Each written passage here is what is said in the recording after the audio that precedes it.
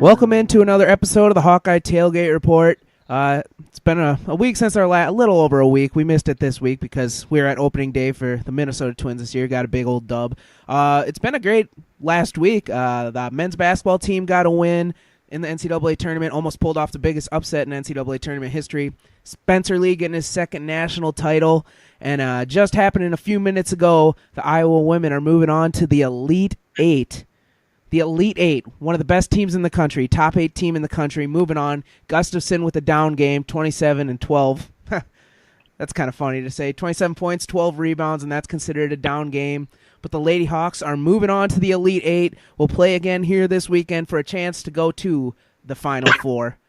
Fellas, Joey, Austin, thanks for joining me again this week. How you doing? Pretty good. I'll kiss your ass if Iowa doesn't win the national championship. I'll say it right now. Okay, that's Joey's feeling good about it. I like it. I like the confidence. Yeah, I'm also doing good. You know, it's been a pretty great week of sports lately. So since the last podcast that I've been on, March Madness started, the greatest sporting event in all of human history. The Iowa men got a win, surprisingly. The Iowa women are moving on to the Elite Eight, and opening day happened. So as far as sports go right now, I'm kind of like in heaven, so I'm doing pretty good. And it's not freezing balls outside anymore. We actually have some decent temperatures, so that's pretty sweet, too. Yeah, Joey is not wrong about that. It's crazy how it being like 47 degrees outside just really makes you happy at this time of the year. And it apparently makes Iowa play great basketball on both the women's and men's side. But the game just got over, as we mentioned. The Hawkeyes won by 21 against the number 3 seed NC State. They won by 18. Yeah, that was bad math, Luke. Bad well, math. They were up by 21 with like under 2 minutes to go. I didn't remember what the final score was, but either way, there was 79-61. The Lady Hawks were up by 13 at half, 37-24, and then NC State came out of the break firing pretty well, cut it down to a 5-point game, but then Gustafson put her foot down and said, no, that's enough, and kind of willed the way to the Elite Eight, although the rest of the team played very well. Joey, who'd you say was patting the stats today? Doyle was stuffing the sheet. She had 3 steals, 8 assists, 4 rebounds, 9 points. Just all around good game there. That's very solid play. Yeah. And the women, ghosted. In the middle of that third quarter, I thought they were trying to pull a men's team move there because there's like a 4.5 minute stretch where NC State went on a 10-2 run, and like our offense was just completely disjointed, and we started playing bad defense. And me and Joey kind of just looked at each other and like, oh, so they're starting to play like the men now. But then they caught fire. The defensive intensity stepped up again. Gustafson was Gustafson. She kind of took over, and Iowa moved on in convincing fashion.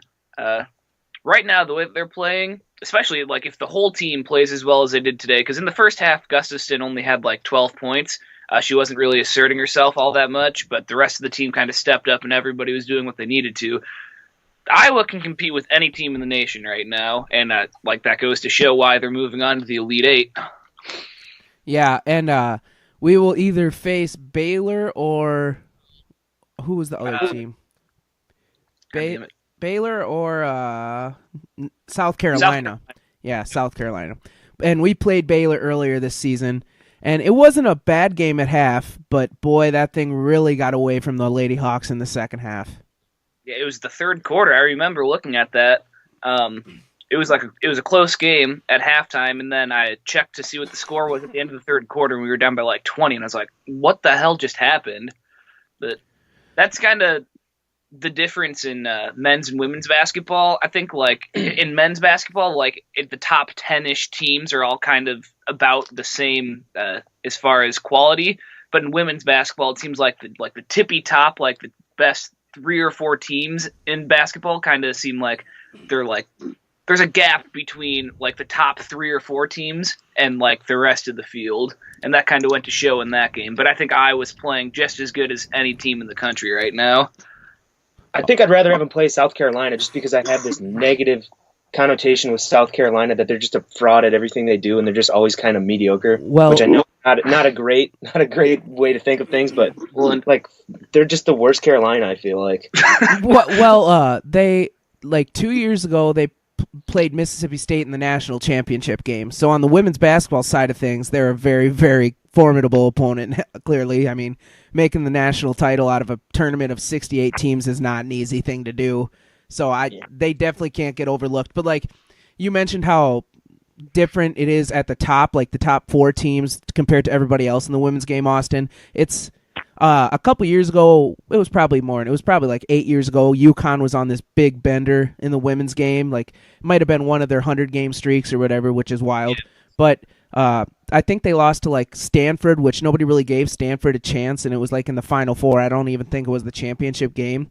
So maybe this could be one of those seasons where the Lady Hawks can get one of those games where it's just real complete. They get Gustafson's best effort, Doyle, Meyer, Stewart. They all play top-notch the whole game, and maybe something could happen here. I mean, we've at least played Baylor this year, so we do have a game plan for how we can exploit their vulnerabilities. So, well, that is if we play them. I mean, that game still has to go down. Yeah, it wasn't exactly a bold statement on Joey's end saying that he'd rather play South Carolina instead of Baylor, who's the number 1 overall seed in the tournament, instead of a 4 seed.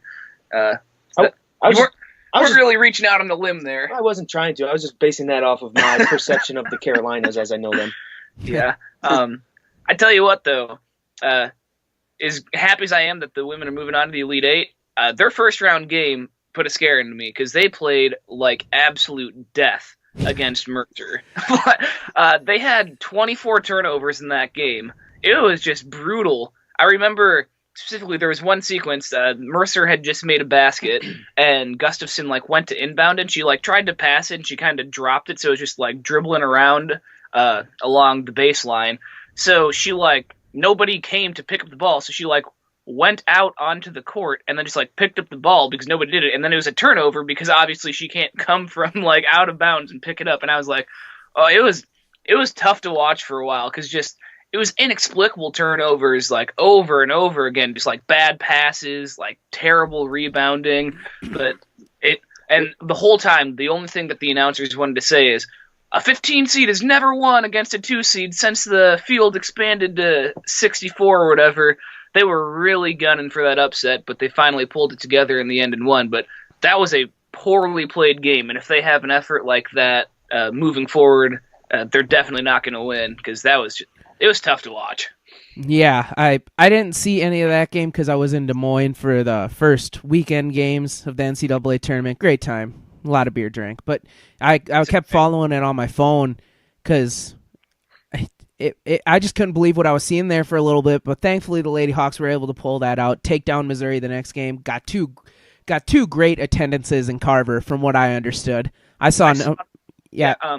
stat that I saw was the attendance in Carver for their second round game against Missouri was larger than the 2-day total from like 6 of the other first round host cities.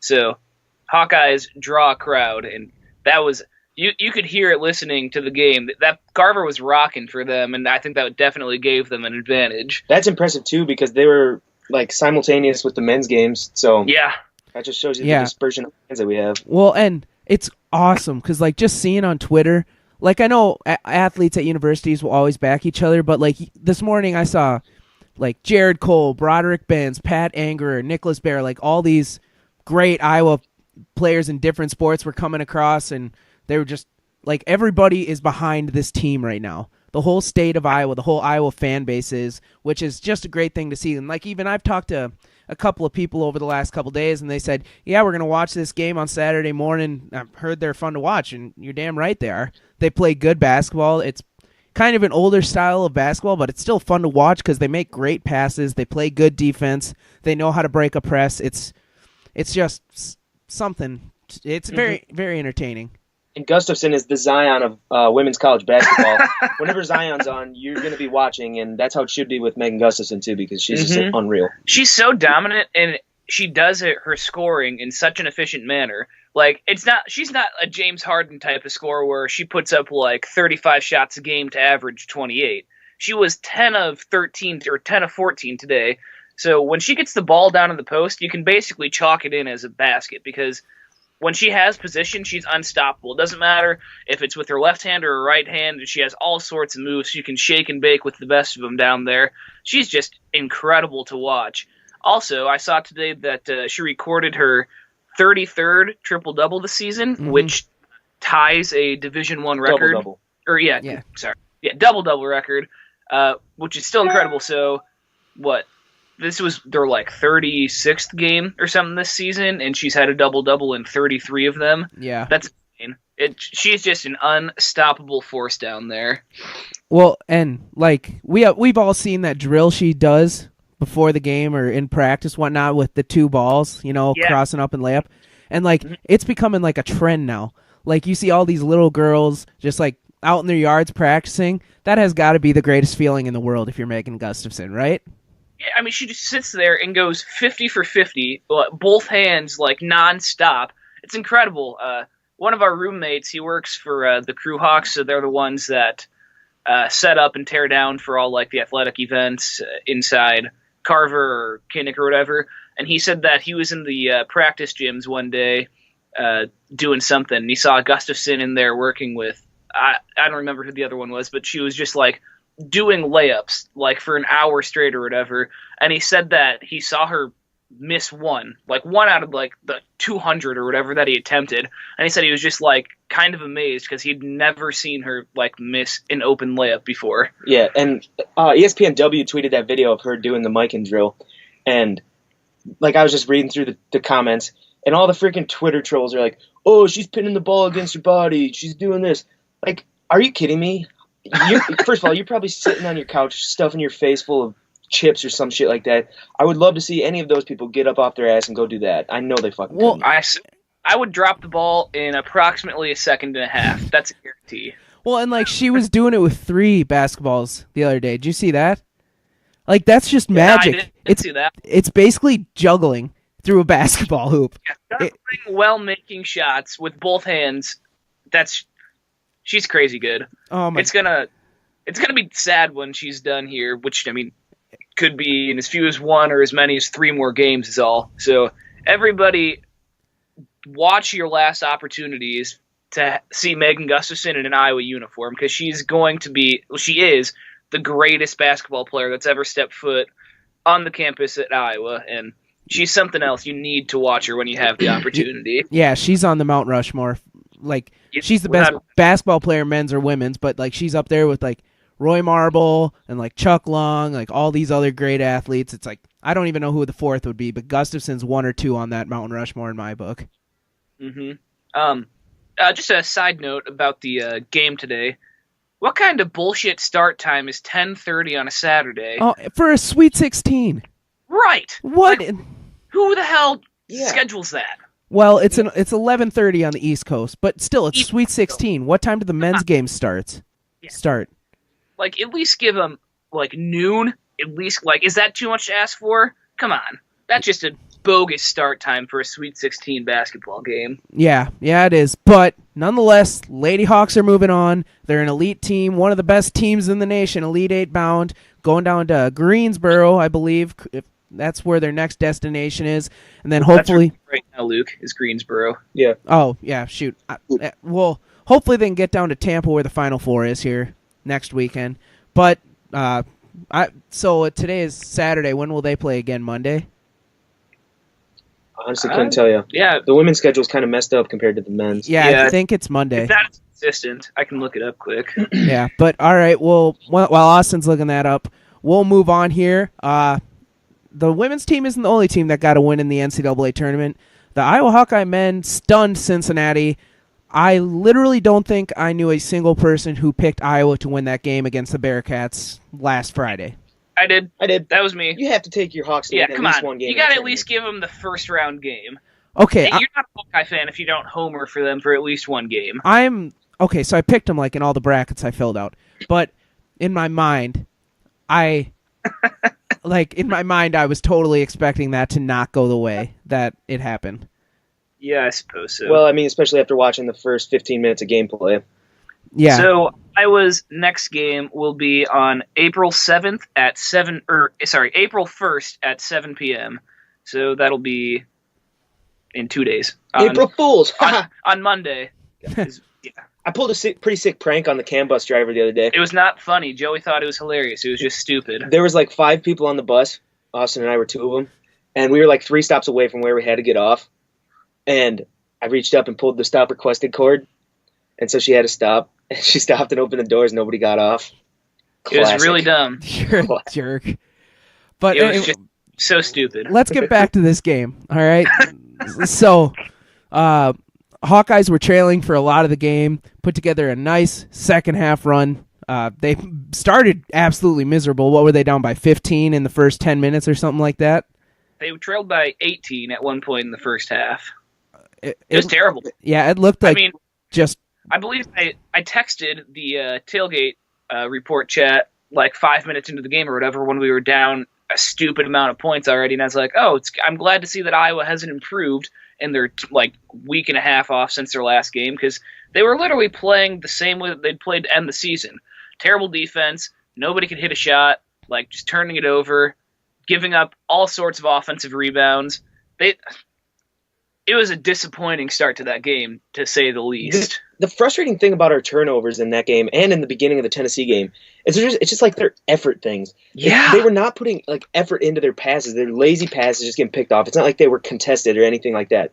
It was just almost right to the other team, and that was driving me nuts. Well, I tweeted after the Tennessee game, I said, because that second half was effort that I don't think the Iowa team has put forth this season.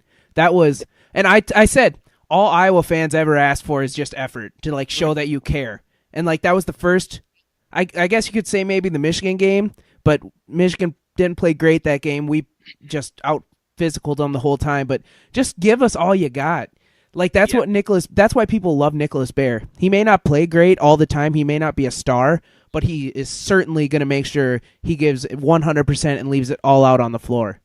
Yeah, that was my biggest gripe this season and every season with Iowa basketball. Sometimes you're not going to win a game because the other team just has more talented players than you. The Dukes of the world have higher level talent than what Iowa is able to recruit. I understand that. Effort is something that you can control. And that's what Iowa lacks so many times, especially on the defensive end.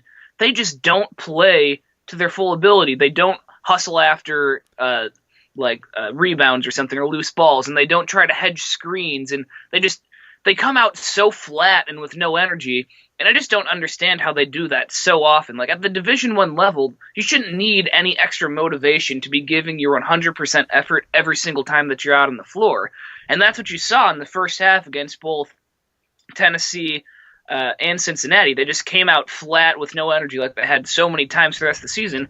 And then in the second half, they got a fire under their ass because they kind of realized, oh shit, if we don't win this game, our season's over. And then they played incredibly well. But I just don't understand how they can be so bipolar from one half to the other in terms of the effort that they present.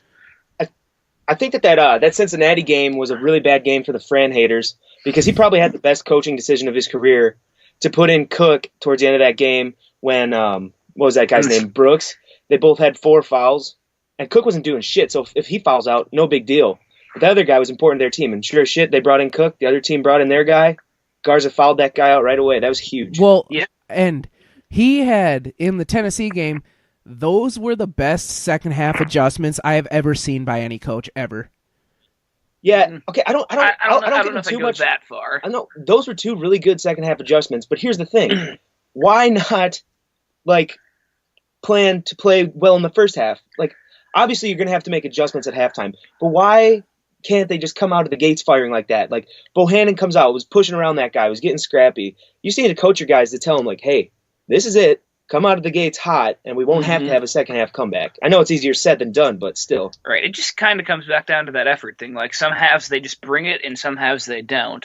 In that Cincinnati game, though, I was so happy to see finally Fran put somebody back in the first half with 2 fouls. I get that you don't want somebody to have 3 fouls starting the second half because it can kind of hamper your ability because you don't want to play as aggressive because you don't want to get that 4th foul right away. But he put Cook back in with 2 fouls, and that helped turn around in us getting that half-point deficit to 5 points. that's something that just drives me up the wall. And like, if Garza or Cook or anybody gets 2 fouls with like 12 minutes left in the first half of a game, he sits them for that entire 12 minutes, even though that person can almost certainly help that Iowa team, and he just refuses to bend that rule, and he finally did, and it paid off. And I just think, yeah, it makes sense that you don't want your players to have 3 fouls going in the second half, but sometimes you kind of have to read the situation and be like, okay, I get it. Like, this person needs to be in for us to play to the best of our ability. One thing I want to say is, I think we might have seen a leader step up for next year in the 2 games in the NCAA tournament, and it's Jordan Bohannon. Because do you remember in the Cincinnati game, they were kind of putting a run together in the second half, and he kind of got in Wieskamp's face a little bit, and he kind of I don't remember what it led to that, but he got in Wieskamp's face and like kind of fired him up a little bit, and from there on out, Bohannon and Wieskamp were just stroking it, and then that Tennessee game you mentioned. It was the start of the second half, and I think they had gotten it up to 25 at that point, the lead for Tennessee. And he just kind of said, "Fuck it, this is it. We got to go." And he started shoving that Tennessee player. Probably should have been a foul, maybe a flagrant or something, but that absolutely should not have been a double foul because Bohannon was straight up just like shoving him away. Yeah, we lucked out in that situation. Tennessee fans were pissed off because of that, but yeah, you'd love to see that kind of edge and aggressiveness from him. Yeah, he was, and he just showed fight, and like we were down by a lot at that point still, and he didn't want it to be over. Him and Cook both. Cook, that was the best I had seen Cook play that second half all season, maybe in his career at Iowa. That was so we're fully on the Tennessee game now, right? We're done with Cincinnati. Yeah, we're on to Cincinnati. No, I'm just kidding. No, we're on to Tennessee. Yeah, I know.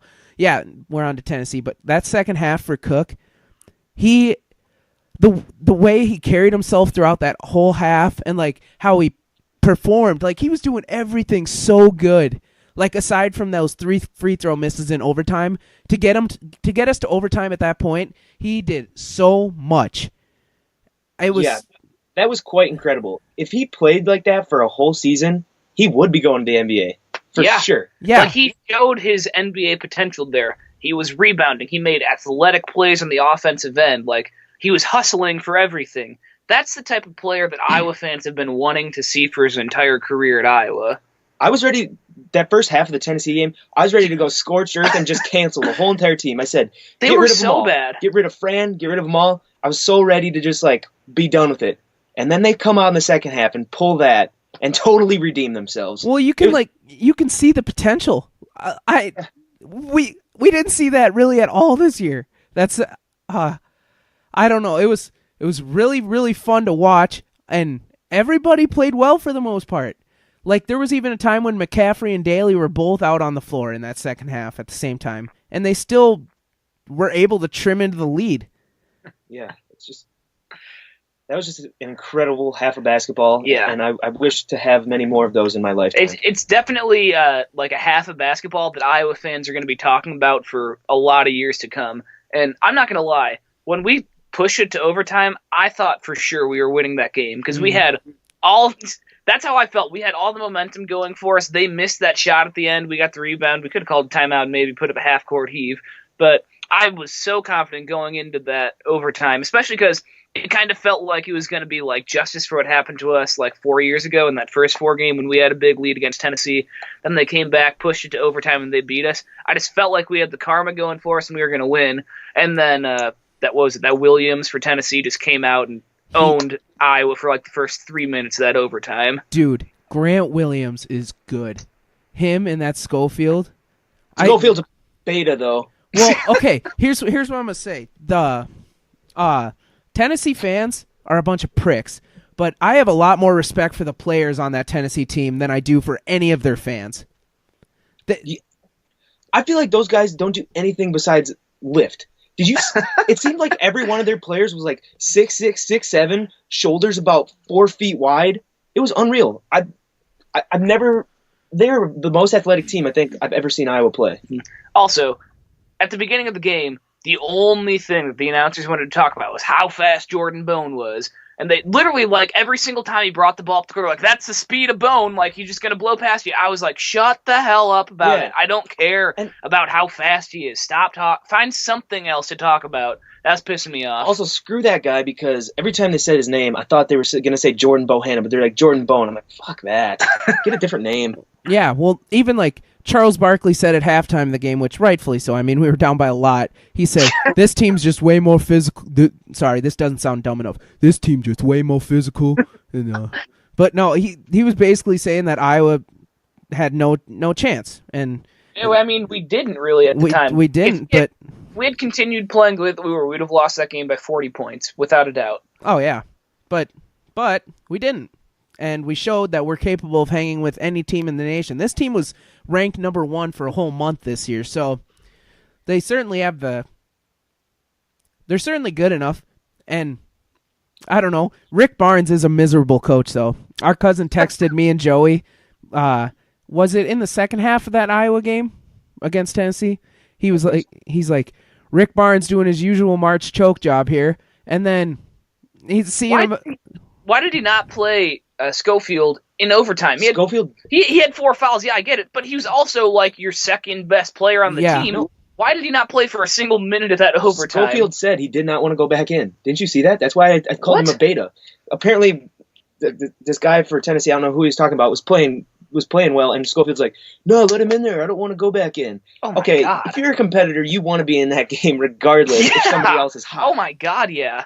That you should have, especially in like that situation, an overtime game in the tournament. Your mentality should be, I'm one of the best players on this team. I want the ball in my hands and to be on the court. I did not see that, but that's wow. If I was a Tennessee fan, that would kind of piss me off. Yeah. One thing here. Do you guys think Tyler Cook's coming back? No. I didn't want him to in the first half, but after the second half, if he's going to play like that, I want him to. I don't see how he can go pro. Yeah, no, that's what I think too. So I think he has to come back. Right. Like, logically speaking, he's not an NBA talented player at this point in time. But like last year when he went into the process, it took him until like a couple hours before the deadline to say that he was coming back. It just feels like he's not going to, but there's no way he can go to the NBA right now. Like, there's just no way. No, if he thinks he would get drafted into the NBA right now, he's sorely mistaken. His best, if he were to leave Iowa, he would go overseas, and that is basically almost a guarantee. Like, there's no doubt about that. Either that or just ride Pine in the G League. Yeah, I don't know. I think that he's not going to come back, but there's no way he makes it professionally in the United States as he is right now. So, I mean, believe me, I would love to see him come back because this Iowa team is going to be legit next year. So, well, obviously we know Bear graduated and the news that Daly's transferring, which Joey actually predicted to me like a week before it happened. I'm gonna light a candle right now.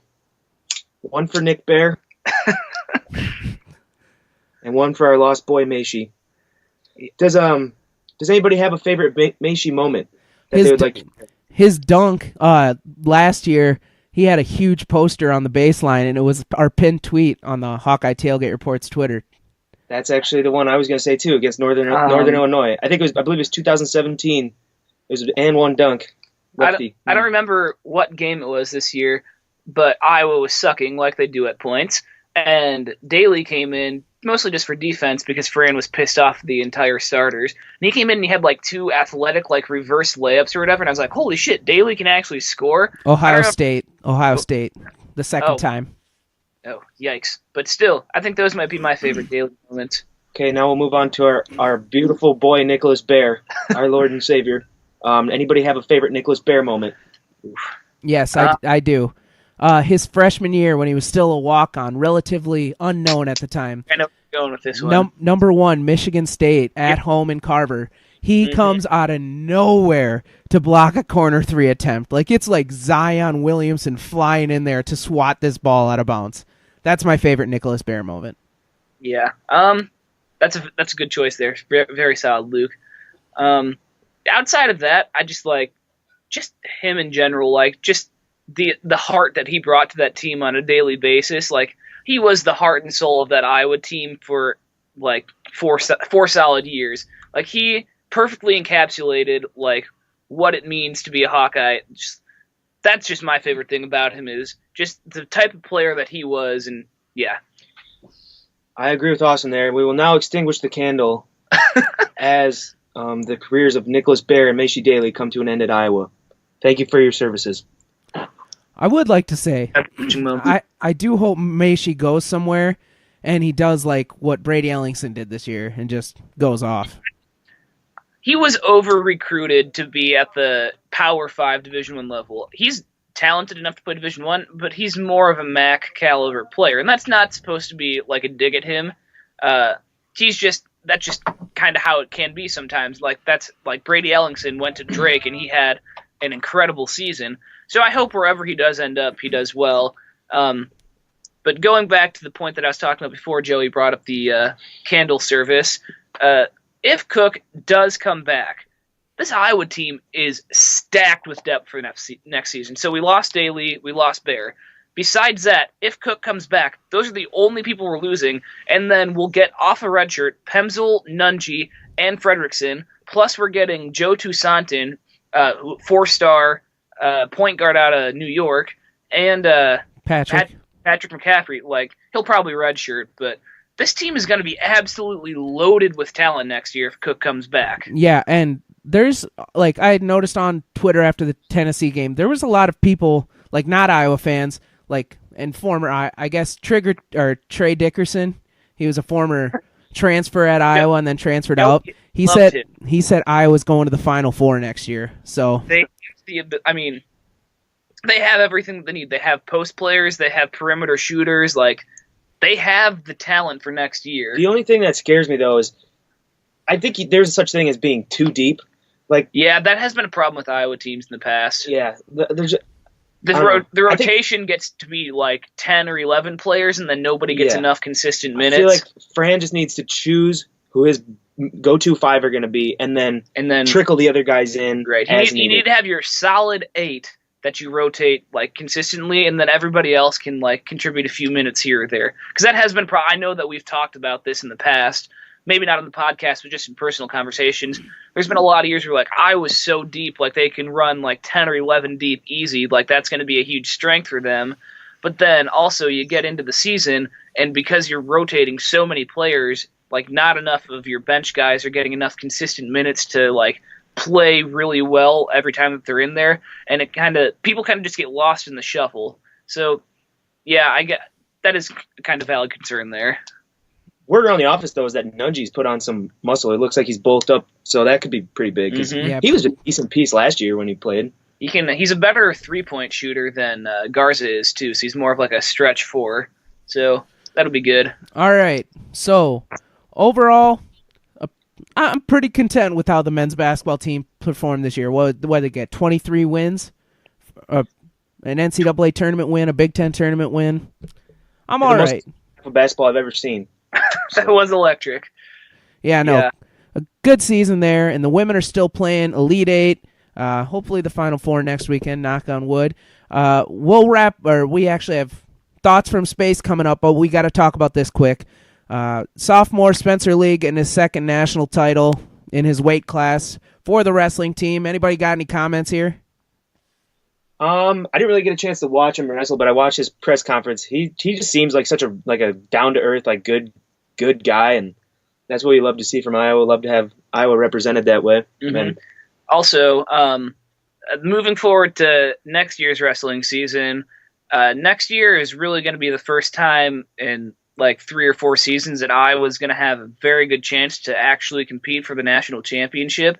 Penn State has been just an absolute freight train lately, but they graduated a lot of seniors. Iowa is going to be returning the most team points of any team that competed at the NCAA championships this year. So their lineup is going to be stacked. They'll have like 6 returning All-Americans plus a couple that are capable of reaching All-American status. So obviously, until you beat Penn State, who's just been on top of the mountain for the last like 7 or 8 years in wrestling, that's the team that you're looking ahead to, but Iowa has a very legitimate chance at returning the national championship to Iowa City next wrestling season. That would be huge. It's been a while. I know we have a lot of those titles under our belt, but I'd like to get back on track here. And Spencer Lee is just like his post-match interview. He's just like seems like one of the nicest guys you'll ever meet too. Like, and he talks to the media so professionally. Just a great kid. He struggled a little bit later in the season this year, but ended up on top once again. It's great to see 2 national championships, 2 years. Looking to make it 3 next year. Yeah, but also, is like nice and friendly and down to earth as Spencer Lee is. Austin DeSanto has got to be just the absolute cockiest son of a bitch that has ever walked the face of this earth, and I love it because like he just doesn't give a shit. It's great. So he's just a fun person to watch. Although he does lose Iowa team points kind of often. He lost them a team point at the NCAA championships, and then also 2 other times that I can remember throughout the year. But that being said, I don't want him to change because you need that edge in your wrestling room. It's enjoyable to watch. Yeah, that little FU mentality always helps in pretty much any sport. But we'll move on here to one of our segments. It's Thoughts from Space. Austin, what has Space Cowboy got for us this week? All right. Thoughts from Space. Until the Sweet 16, kind of a disappointing tournament overall. That was just in regards to like the men's tournament in general, not Iowa or the Iowa men or women. Just a side note there. Not a lot of drama, except my blood pressure didn't need it. Iowa Hawks impressed the hell out of me. Hopefully they work just as hard this offseason. I think the Elite Eight is possible next year if the offseason goes well. Wish Daly the best at whatever MAC school he ends up at. Now to see what Cook does. Very disappointed in this tournament. Played selfish like he thought he was Kobe, but he was actually the other Mamba, Brian Scalabrine. I think Nunji has a big impact next year, and if Pemsl can stay healthy, he's the perfect momentum guy. 6-6 in a game in 15 minutes. Hawks need that. Iowa women. Wow. I keep thinking they'll run into a team that triples Megan G, but everybody's too fucking stupid apparently. Real question. If she wasn't playing, would the Lady Hawks be over 500 this year? Final thought. Fuck Duke, aka Satan's team. I broke my Lent today, so please send some Hail Marys to me, and can't wait for the party bus. Stin is getting laid on the bus in front of everyone if it's the last thing that I do. Yeah, you can. And those are the thoughts from space. Alrighty. Okay, so you guys got any final thoughts here before we wrap it up? Well, North Carolina lost yesterday, so that just took a big ol' fist and shoved it up my butt. My bracket's busted, not that anybody cares, but it is. So at this point, I'm just cheering for upsets. Yep, but my final thought is that Duke has the 2 of the scuzziest wins I've ever seen in their last 2 games. Yeah, they should have lost to UCF. They had 2 great looks there. And then last night, like Virginia Tech, they executed like one of the best inbounds plays from under the hoop that I've ever seen. Like that inbounds pass was on the money, and he threw it well before that guy like even got around the screen was open. And then he caught and he had 1.1 seconds and he just rushed it. He like tried to tip it in and it didn't even get close. Duke lucked out for the second game in a row. Yeah. I would like to humble brag here. In one of the pools I'm in, if you get first place, pays out $340, and I have 7 of my Elite 8 teams left and all of my Final 4 teams left. So, fellas, we're big Virginia fans from here on out. Ray. Whatever, I ain't cheering for Virginia. Yeah. They suck. Virginia is actually the most boring team ever to watch a basketball game for. Yep. Yeah, I think that the worst possible game that we could have gotten this basketball season would have been Virginia and Wisconsin. That game would have ended 30-30. I don't know, that Virginia-Michigan game could have been a possible finals matchup or a final matchup. That would have been a pretty bad game to watch, too. It would have been worse with Wisconsin. Both those teams literally score like 62 points a game, maybe. That would have been terrible, but it doesn't really matter. My final thought for the podcast, the Cubs are currently on track to go 162-0 this season, and Javier Baez is on pace to hit 324 home runs, so that's going to be a lot of fun to watch, guys. Twins are on pace for 162-0 as well. I would settle with 90 wins, however. Fellas, thanks for joining me. Thanks for listening to this episode of the Hawkeye Tailgate Report. Follow us on Twitter. The show's Twitter is @go_Hawks Iowa. Joey's is @JoeMama2196. Mine is @Myers_Luke. Sam will be up here, I'm sure, shortly again to be on one of these next episodes. Austin doesn't have a Twitter. Thanks for listening, guys. Cheer on the Lady Hawks this weekend. Let's get them to the Final Four. Let's keep this magical run going. But as always, go Hawks.